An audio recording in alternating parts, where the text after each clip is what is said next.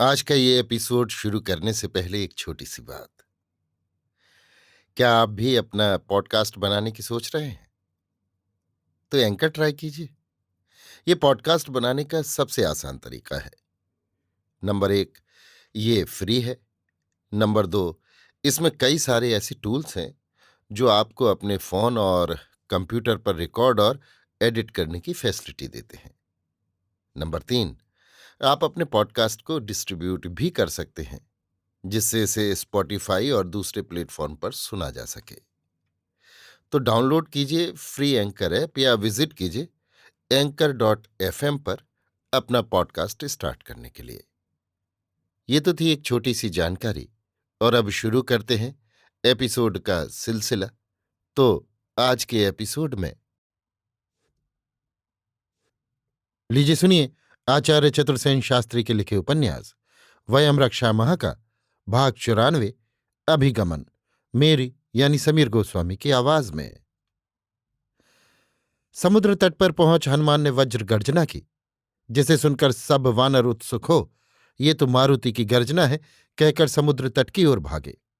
उन्होंने रक्त वस्त्र हवा में हिला हिलाकर अपनी उपस्थिति का संकेत किया। ज्यों ही उन्होंने हनुमान को समुद्र तीर पर सिकता पर बैठे देखा, वे जोर जोर से हर्षनाद करते हुए उनके निकट पहुंचे और उन्हें घेर कर उनका कुशल पूछने लगे। मारुति ने प्रसन्न वदन वृद्ध जाम्बवान और अंगद को अभिवादन करके कहा, भाइयों, मिथिलेश कुमारी सीता का मुझे दर्शन हो गया। ये सुनते ही वानर वृंद हर्ष से उन्मत्त हो गए। सबने मिलकर हनुमान का अर्घपाद्य से सत्कार किया।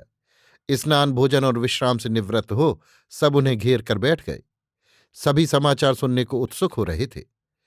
मारुति ने एक एक कर लंका की सारी ही अघट घटनाएं कह सुनाई।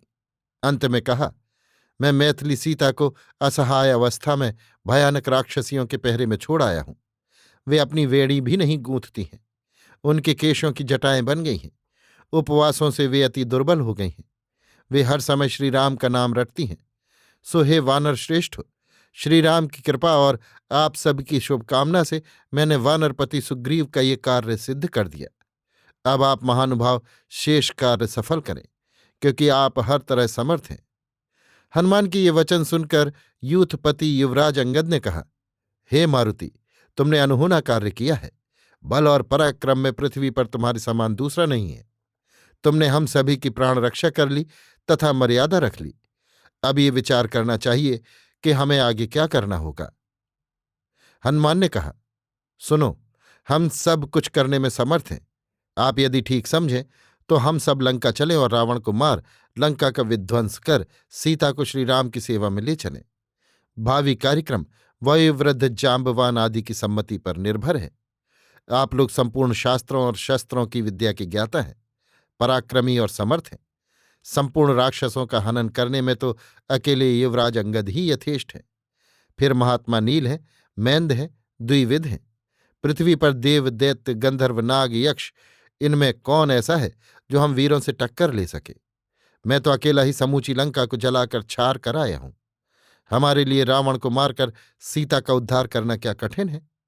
मैं अशोक वन में बैठी शोक विदग्धा सीता को बहुत बहुत आश्वासन दे आया हूं, और उनके वध करने की जो अवधि रावण ने नियत की है उसमें अब बहुत कम काल शेष है। मारुति के ये वचन सुनकर अंगद ने कहा, ठीक है, आप जैसे वीरों के रहते हमें श्री राम के सम्मुख चलकर ये कहना कि हम भगवती सीता के दर्शन तो कर चुके, पर साथ न ला सके, हमारे पराक्रम पर लांछन ही होगा। इसलिए वीरो, चलो अभी लंका चलें और रावण को मार सीता का उद्धार करें। फिर प्रसन्न मन अपने स्वामी सुग्रीव के पास चलें। युवराज अंगद के वचन सुन वानरों का यूथ जोर जोर से वज्र गर्जना करने लगा। चलो अभी चलो कहने लगा, परंतु अर्थ तत्व के ज्ञाता जाम्बवान ने धीर गंभीर स्वर में कहा, हे महाबाहु, तेरा ये विचार मुझे उचित नहीं जचता। हमारे स्वामी सुग्रीव ने हमें केवल सीता की खोज की ही आज्ञा दी है, इसलिए हमें दुस्साहस नहीं करना चाहिए। प्रत्युत अब जल्द हमें सुग्रीव तथा श्री राम की सेवा में उपस्थित होना और जो कुछ हमने किया है उसका निवेदन करना चाहिए। महत्वपूर्ण कार्यों में स्वेच्छाचारिता और उतावली नहीं करनी चाहिए। महाप्राज्ञ जाम्बवान के ये वचन सुन सब वानर प्रसन्न हो किष्किंधा की ओर चलने का संकल्प कर महेंद्र पर्वत से उतर उत्साह और वेग से अपनी राह लगे। अभी आप सुन रहे थे आचार्य चतुर्सेन शास्त्री के लिखे उपन्यास वयम रक्षा माह का भाग 94 अभिगमन, मेरी यानी समीर गोस्वामी की आवाज में।